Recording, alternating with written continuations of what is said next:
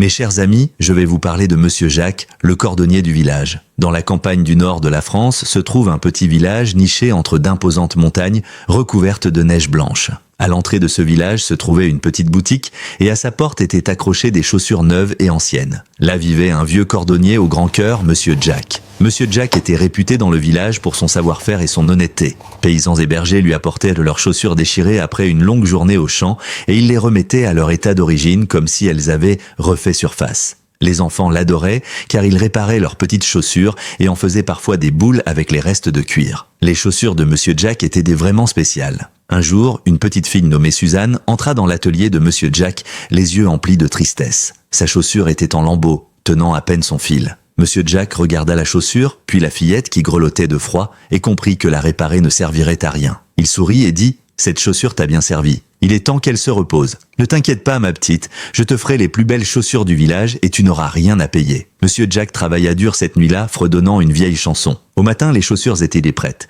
C'étaient des chaussures rouges brillantes, décorées d'une petite rose. Suzanne n'avait jamais vu de plus belles chaussures de sa vie. Elle les enfila aussitôt et se sentit comme une petite reine qui avait l'impression de voler. Suzanne aimait tellement ses chaussures rouges qu'elle les portait partout. L'histoire de la pauvre Suzanne se répandit et les villageois se réjouirent autant que Suzanne de ses chaussures. Tout le monde comprit que Monsieur Jack avait un grand cœur et une générosité sans borne. À partir de ce jour, l'oncle Jack devint connu comme l'honnête cordonnier dont les mains faisaient le bonheur non seulement des pieds, mais aussi des cœurs. Et ainsi, grâce au gentil cordonnier du village, tout le monde vécut heureux pour toujours.